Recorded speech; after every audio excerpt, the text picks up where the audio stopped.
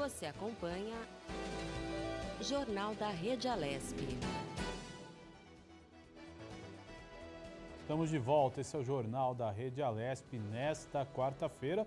Seguimos com mais informações aqui do Legislativo Paulista, do Brasil e do mundo. E você que acompanhava a audiência pública sobre o soro anti-Covid do Instituto Butantan, agora você também acompanha o Jornal da Rede Alesp. Vamos falar agora sobre a Assembleia Legislativa de São Paulo disponibilizar um guia sobre emendas parlamentares impositivas. Sobre esse assunto, nós vamos conversar agora com Richard Braga Oliveira Tom. Ele é oficial da Polícia Militar do Estado de São Paulo. Muito bom dia, Richard. Seja bem-vindo ao Jornal da Rede Alesp. Tudo bem?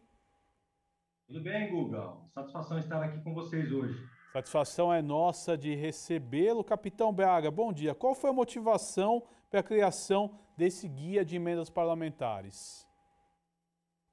Durante os anos em que eu trabalhei na Defesa Civil Estadual, na Casa Militar, eu trabalhava com convênios, né, de obras, e em 2018 o governo estadual decidiu implementar no nosso estado as emendas individuais impositivas, né? A Casa Militar viu isso como algo visionário, né, e decidiu investir na ideia.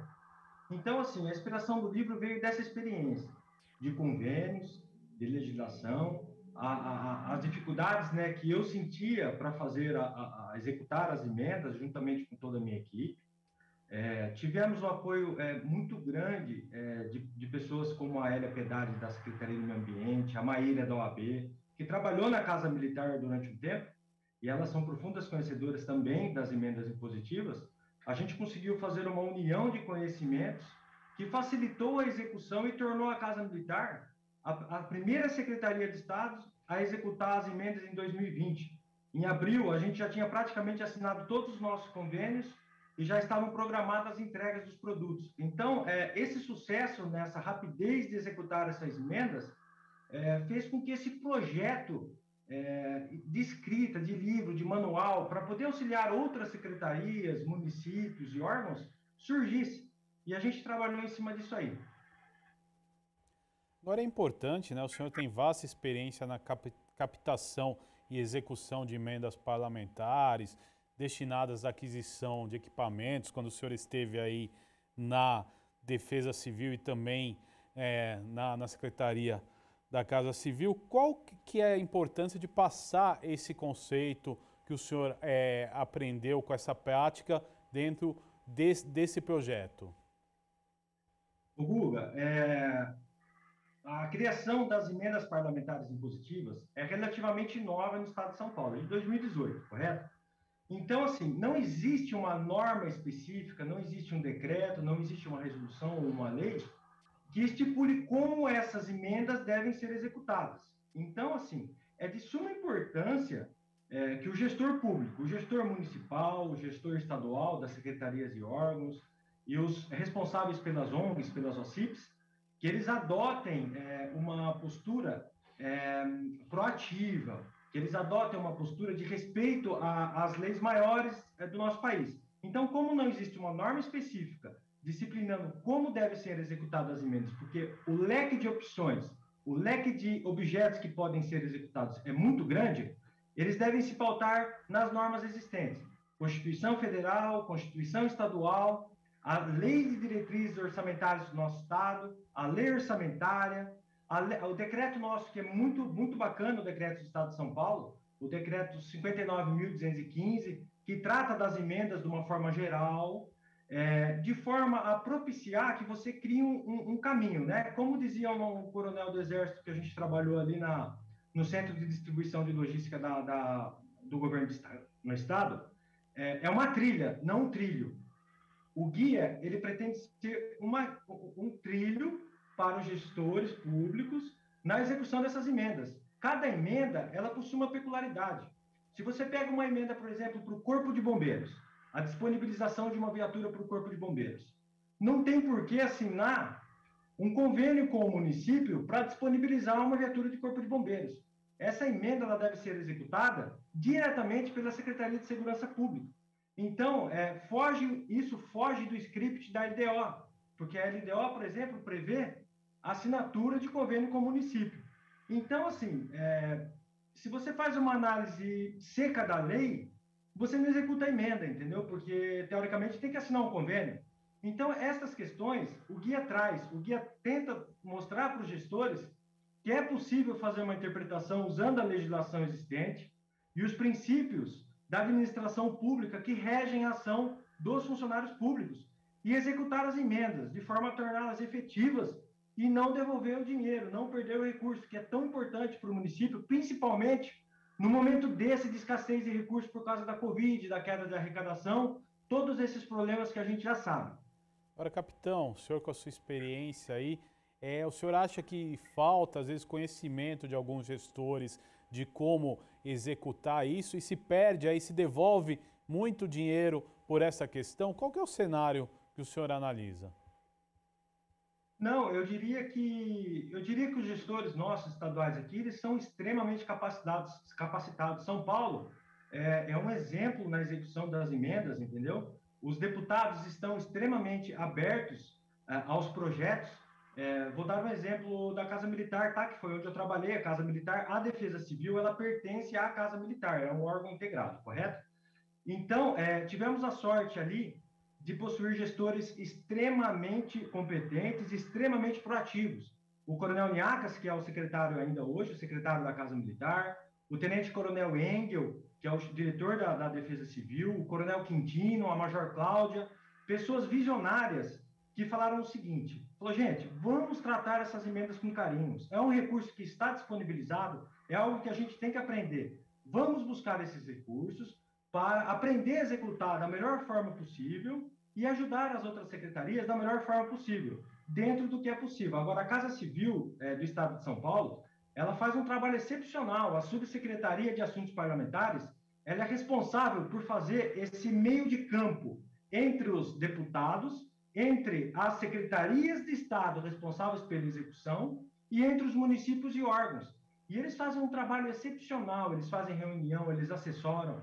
Hoje, no estado de São Paulo, a gente está bem servido de gestores com capacidade.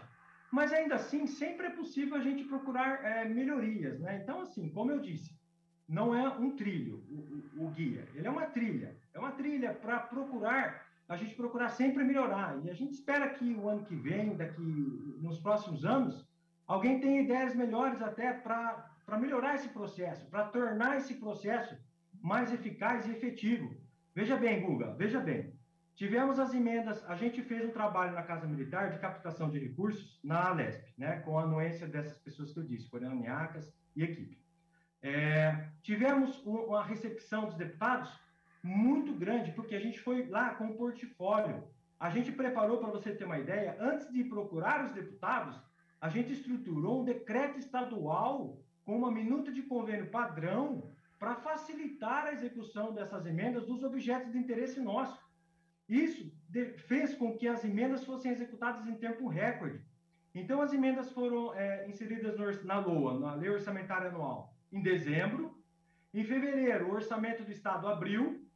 Em fevereiro, a gente lançou uma ata de registro de preço para a compra dos equipamentos, veículos de defesa civil, kits de combate a incêndio, geradores elétricos. A gente já fez uma ata de registro de preço, começou a colher a documentação das prefeituras, e em abril a gente praticamente tinha assinado todos os convênios com a ata e executando a ata de registro de preço. E a gente foi a primeira secretaria a realizar esse processo de forma tão rápida. E isso demonstra que é possível, dentro do nosso ordenamento, dentro da capacidade dos nossos gestores públicos, fazer um trabalho de qualidade, fazer um trabalho eficaz, eficiente. Agora é interessante, né, a gente aproveitar aqui esse espaço, né, para divulgar o que o nosso ouvinte, o nosso telespectador vai encontrar nesse guia que vai estar disponibilizado no site da Alesp. Eu gostaria que o senhor também comentasse a importância de ter esse guia disponibilizado aí no site do maior parlamento do país. Perfeito. Vou ser bem objetivo, tá bom? O livro, ele serve como guia para gestores municipais. Quem são os gestores municipais? Os prefeitos, os chefes do Poder Executivo, e os seus agentes, né, os seus servidores, que atuam diretamente na execução das emendas, né, naquela instrução processual para tornar a emenda exequível. O livro serve para essas pessoas. O que ele traz? Ele traz hoje, principalmente, é interessante até eu falar isso, recentemente, em 2019, até quando o governador João Dória assumiu, ele instituiu o São Paulo Sem Papel. O São Paulo Sem Papel é uma ferramenta maravilhosa, gerenciada pela Prodesp, que possibilita o trâmite rápido de informações entre a secretaria e as prefeituras. O que demorava-se antes, um mês, mais ou menos, 20 dias para a documentação da prefeitura chegar e ser analisada, é feita agora em 1 minuto ou 2. A gente pega o telefone, liga para a prefeitura, pede o ajuste de algum documento, eles inserem no sistema e a gente tem condições de aprovar, às vezes, uma emenda no mesmo dia. Então, este trâmite do São Paulo Sem Papel, para os municípios, ele é bem explicado nesse guia, tá? A documentação básica que os municípios precisam preparar, o que eles devem fazer antes, como eles podem colaborar com as secretarias na captação de recursos. É um trabalho, por exemplo, de união. Então, a Secretaria de Estado, ela tem um projeto, ela tem um programa, ela quer investir em equipamentos, ela alinha com as prefeituras, foi o que a gente fez na Defesa Civil, e alinha com os deputados. Então, o que chega para o deputado, que é a peça mais importante nesse processo, é um quê? Um portfólio da secretaria com produtos exequíveis, com uma normatização, um decreto, se possível, né? Normatizando a execução, com uma minuta padrão. E você tem o prefeito, o município, solicitando aquele objeto. Você fecha o ciclo. Fechando o ciclo, fica fácil da emenda sair. Então, para as prefeituras, ele serve para isso. Para as secretarias e órgãos de Estado, o guia ele demonstra como que as secretarias devem articular com a Prodesp, que hoje é tudo no São Paulo Sem Papel. Como articular com a Prodesp para transformar o processo nos moldes que ela quer. Então, se, por exemplo, geralmente são 4 análises que a secretaria faz, as secretarias e os órgãos fazem. É uma análise prévia, administrativa, é uma análise técnica. A técnica é relativa à possibilidade mesmo da secretaria ser responsável por executar o objeto e ter condições de executar o objeto. Por exemplo, você não vai mandar uma viatura do Corpo de Bombeiros para uma cidade que não tem Corpo de Bombeiros. É um requisito técnico que não é possível, é uma execução impossível, entendeu? Para esse município. Essa emenda vai se perder. Então, ele demonstra isso para as secretarias. Tem uma análise jurídica, que são feitas pelas assessorias jurídicas de cada pasta, e tem a análise orçamentária, que é a disponibilização de recursos, etc. Então, para os gestores estaduais de secretarias e órgãos, o livro ele traz como configurar, a melhor maneira de configurar, a melhor maneira de ligar para a Prodesp e falar: Prodesp, eu preciso que você insira no sistema este plano de trabalho. Prodesp, eu preciso que você solicite das prefeituras este parecer técnico, atestando a capacidade técnica dela executar. Eu preciso que você disponibilize um modelo este modelo que eu quero que você disponibilize no sistema para os beneficiados, um modelo de minuta. Então, este é o trabalho do guia para as secretarias. E para os parlamentares. Por último, o guia traz uma sugestão referente ao plano plurianual e à LDO. O que ocorre hoje, né? O nosso PPA, ele estipula que as emendas serão executadas por meio de convênios, né? Convênios com municípios ou órgãos beneficiados, e que serão computadas na PPA como produto, né? Como produtividade. A PPA, o produto o indicador de produto da PPA, o Guga, ele é o quê? O resultado do trabalho do governo naquele ano, tudo que ele produziu. E o indicador, no caso das emendas hoje, ele é a quantidade de convênios assinados. Então, eu trago a sugestão no livro para que no próximo PPA se mude essa execução para emendas executadas, entendeu? Porque a gente não cria um problema de interpretação das secretarias em relação àquelas emendas que não precisa a prefeitura ser parte. Por exemplo, aquisição de equipamentos, viaturas da Polícia Militar, aquisição de equipamentos para órgãos estaduais de saúde. Por quê? O equipamento, o material, ele vai para o órgão estadual, ele atua no município, sim, mas a prefeitura ela não tem que se preocupar em fazer uma prestação de contas da utilização desse material. Então, a importância para os deputados do livro é isso, além de estratégias de escolha das emendas, né? A gente traz ali para eles atentarem até ao trabalho das secretarias e órgãos, para procurar mandar as emendas para as secretarias e órgãos que possuem programas bem definidos, que possuem um portfólio de serviços ou produtos bem definidos, de forma a tornar a emenda exequível, 100% das emendas executadas, para não perder nenhum centavo de recurso público, entendeu? Não devolver nada. Capitão Beaga, eu quero agradecer a sua participação no Jornal da Rede Alesp desta quarta-feira. Até uma próxima oportunidade. Muito obrigado, viu? E os hospitais públicos, as entidades beneficentes e as fundações privadas de saúde que atendem o Sistema Único de Saúde vão ficar isentos da cobrança de ICMS, o Imposto sobre Circulação de Mercadorias e Serviços para a compra de insumos e equipamentos no estado de São Paulo. A decisão foi tomada ontem pelos deputados estaduais durante a 30ª sessão extraordinária, na qual os parlamentares aprovaram a isenção do imposto nos projetos do Decreto Legislativo 45 de 2021 e 46 de 2021. O repórter Sérgio Everton tem os detalhes dessa aprovação aqui na Alesp. Vamos acompanhar.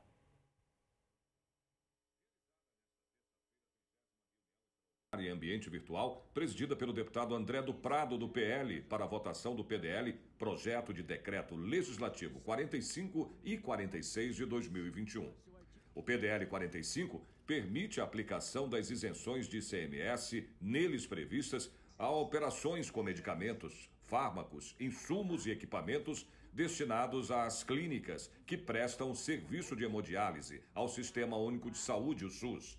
O PDL 46 permite a isenção de ICMS para entidades beneficentes e assistenciais hospitalares e fundações de apoio a hospitais públicos. Durante a sessão, os parlamentares fizeram encaminhamentos aos projetos. O deputado Carlos Gianazzi disse que vota a favor, mas com ressalvas. Nós estamos aqui fazendo uma votação mais protocolar para inglês ver, até porque eles sendo aprovados ou não aqui, eles entram, se eles não forem, na verdade, votados no prazo aí de 15 dias, eles terão validade, né? É o que diz a legislação. Como Vossa Excelência colocou muito bem, eles entram em vigor por decurso de prazo. De qualquer forma, logicamente que nós vamos votar a favor, apesar de todas as contradições de ambos os projetos, né? A deputada professora Bebel falou do papel fundamental da hemodiálise. Quem que vai ser contra, por exemplo, né, a isenção fiscal para as operações com medicamentos, com fármacos, insumos, enfim, equipamentos destinados a entidades beneficentes, assistenciais hospitalares em pandemia? Quem vai ser contra? Ou mesmo aquelas que têm, né, fazem o serviço de hemodiálise, né? Quem que vai? Porque recentemente não só porque é um prefeito, né, do Partido dos Trabalhadores, mas fosse que partido for,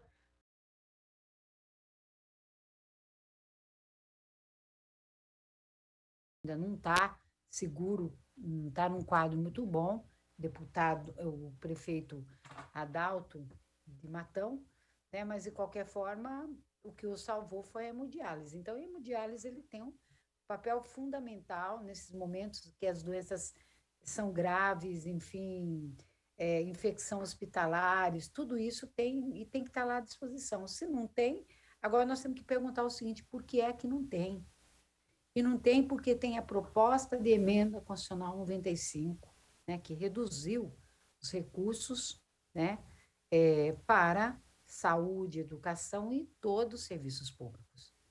Essa é uma questão também que nós temos que olhar global. E aqui no estado de São Paulo, foi o 459, claro, esse aí escancarou, né, de vez, né, a forma de subir as alíquotas do ICMS e, ao mesmo tempo, dificultar a vida, né, daqueles que mais precisam. O deputado Paulo Fiorilo disse que agora é necessário essa isenção de ICMS. Primeiro, o governo calculou mal o impacto da crise e apertou demais o contribuinte, em especial esses que tiveram um aumento do ICMS. Por que digo isso? É só olhar os números do balanço. A gente teve um balanço positivo no ano passado, com dinheiro em caixa, com mais de 7 bilhões de superávit, dinheiro que poderia ser utilizado para auxílio emergencial, que poderia ter sido utilizado para comprar outras vacinas, além da vacina produzida pelo Butantan, dinheiro que poderia ser utilizado para mitigar a crise da pandemia, ampliada e amplificada pela irresponsabilidade do governo federal, que falou contra as vacinas, que aglomera, que não usa máscara. Infelizmente, o governo do estado preferiu outro caminho, preferiu o caminho de apertar o torniquete. Bom, essa é a primeira observação. A segunda, o projeto 529, na minha opinião, foi feito às pressas, sem o debate necessário, sem consultar os setores, e enfiou a faca até o cabo, quando não precisava, quando o governo poderia ter dosado, poderia ter dialogado com os segmentos, poderia ter tirado daqueles que ganharam muito ao longo desses anos com as isenções, poderia ter dado a transparência que o PT sempre cobrou. Aliás, para lembrar aqui, nós temos uma ação tramitando na Justiça, o deputado Barba, pedindo transparência nas isenções. O líder do governo, o deputado Vinícius Camarinha, falou da importância dos benefícios fiscais para o setor da saúde com a aprovação desses PDLs. Benefícios fiscais, senhor presidente. Isso é um tema muito importante. Eu quero aqui agradecer o governador, o vice-governador, a equipe do governo de São Paulo, que nesse momento tem toda a sensibilidade, a altivez pública e política de alcançar um tema super importante. Aliás, São Paulo, senhor presidente, tem sido o grande responsável pela assistência à saúde. Os senhores se lembram que, recentemente, o governo do Estado teve que ingressar no Supremo Tribunal Federal, cobrando do governo federal a responsabilidade de financiar os leitos SUS para a nossa população no tratamento das pessoas de Covid-19. É uma irresponsabilidade inacreditável a retirada do financiamento do Ministério da Saúde de São Paulo. São Paulo sozinho, senhor presidente, caros colegas, de 3.000 leitos, ampliou para 9.000 leitos de UTIs no nosso estado de São Paulo. É o que está segurando a barra, é o que está segurando o rojão da nossa população paulista. São Paulo, com o apoio de muitos municípios, fazendo o dever de casa no apoio à assistência à saúde. Sem contar, senhor presidente, a vacina. Sem contar a vacina. Não fosse o Instituto Butantan, o empenho pessoal do governador, nós não teríamos hoje a nossa população sendo imunizada. Então, são narrativas, senhor presidente, que a gente ouve da oposição, evidentemente tentando minimizar as boas propostas do governo, em que nós precisamos fazer algumas ponderações. Ponderações essas, senhor presidente, com todo respeito aqui aos colegas que me antecederam, de que nós estamos votando uma medida com prazo de validade, quero dizer que nós não estamos votando os benefícios com prazo de validade. Os benefícios, eles serão permanentes até que venha uma outra medida revogando. Não tem prazo de validade. As clínicas, os hospitais, todos terão o benefício permanentemente. Inclusive, senhor presidente, rebatendo aqui a narrativas de colegas que me antecederam, o benefício não é para beneficiar empresas privadas. O benefício claramente é para atender o SUS. É para atender o SUS. São Paulo está tendo essa responsabilidade para identificar realmente quem mais precisa. Encerrados os encaminhamentos, os 2 projetos foram à votação e aprovados por unanimidade. Tá aí, você acompanhou o VT do que aconteceu ontem aí no Legislativo Paulista. E vamos falar novamente com o repórter Sérgio Everton. Sérgio, quais as informações que você traz agora aqui no Jornal da Rede Alesp? O que você tem de importante aí, Sérgio? Oi, Guga. Pois é, de volta aqui ao Jornal da Assembleia, né? Eu estava mostrando aí, eu falei na primeira entrada sobre, né, os PDLs e agora entrou realmente uma matéria, né, que foi feita, que eu fiz ontem, sobre a aprovação dos dois PDLs, o 45 e o 46, conforme vocês viram aí. E na parte da tarde, Guga, nós tivemos também, né, uma outra sessão extraordinária, né, que aprovou, né, em 2 turnos a PEC. A PEC é uma proposta de emenda à Constituição.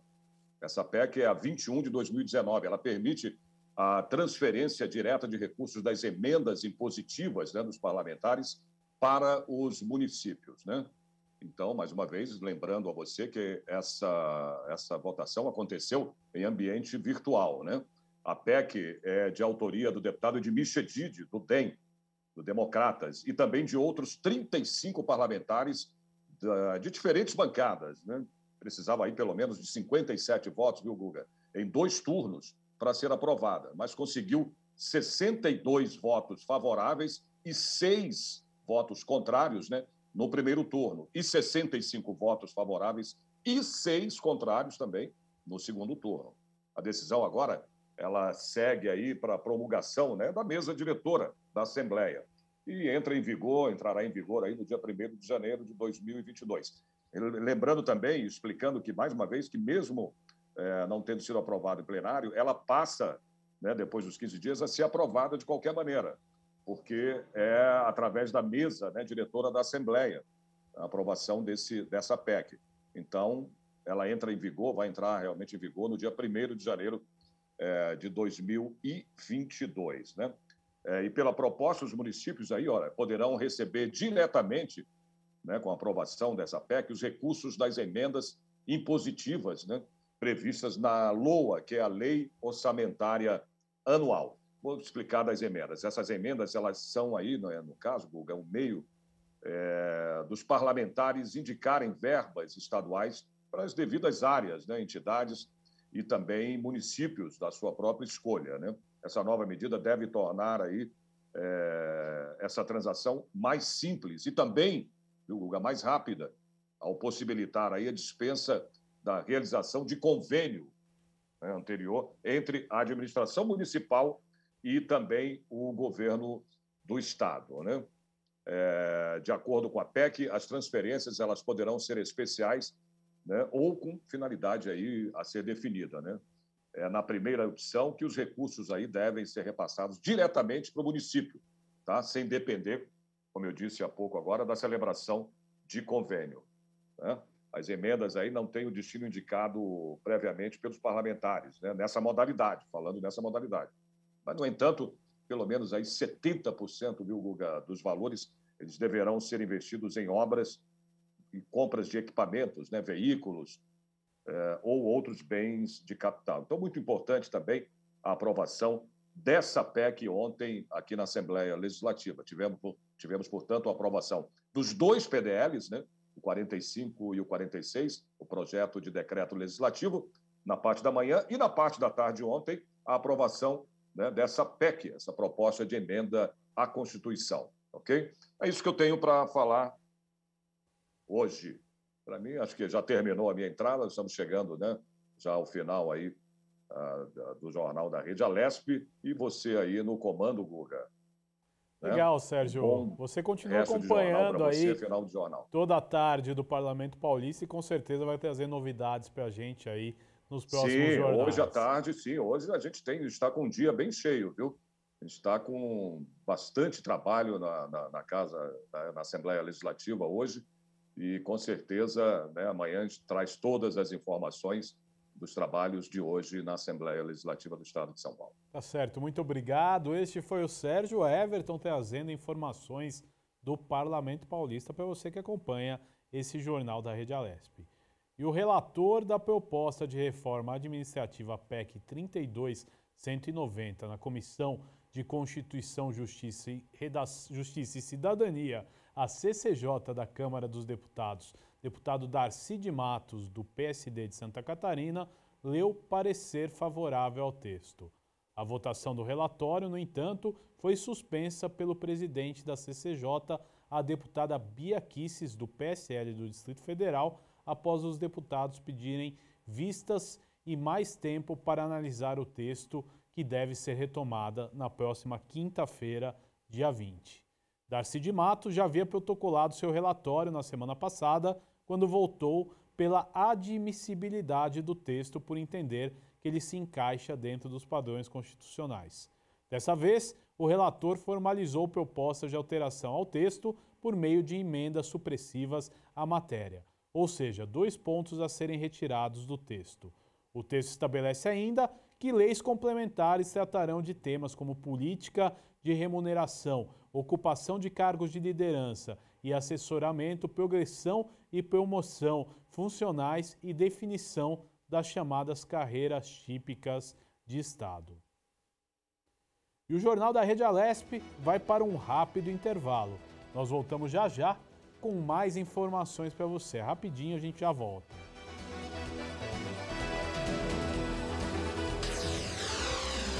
Você acompanha Jornal da Rede Alesp.